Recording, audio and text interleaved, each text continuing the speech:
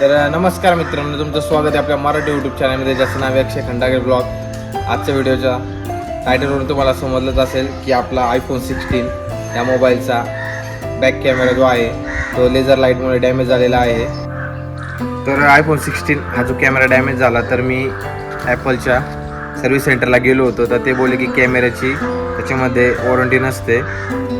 तर एक छोटीशी लेझर लाईटसुद्धा तुमचा कॅमेरा खराब करू शकते आणि या कॅमेऱ्याची कॉस्ट खूप जास्त आहे. तर आयफोनच्या कॅमेऱ्याची कॉस्ट ही जवळजवळ तुम्हाला 14 ते 15,000 रुपयापर्यंत येऊ शकते.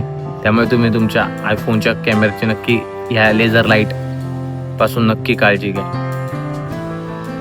तर फोटोजमध्ये आणि व्हिडिओजमध्ये जर 2x वरती केलं तर त्याच्यामध्ये असा एक पिंक आणि ब्ल्यू कलरचा एक डॉट तुम्हाला पाहायला भेटेल.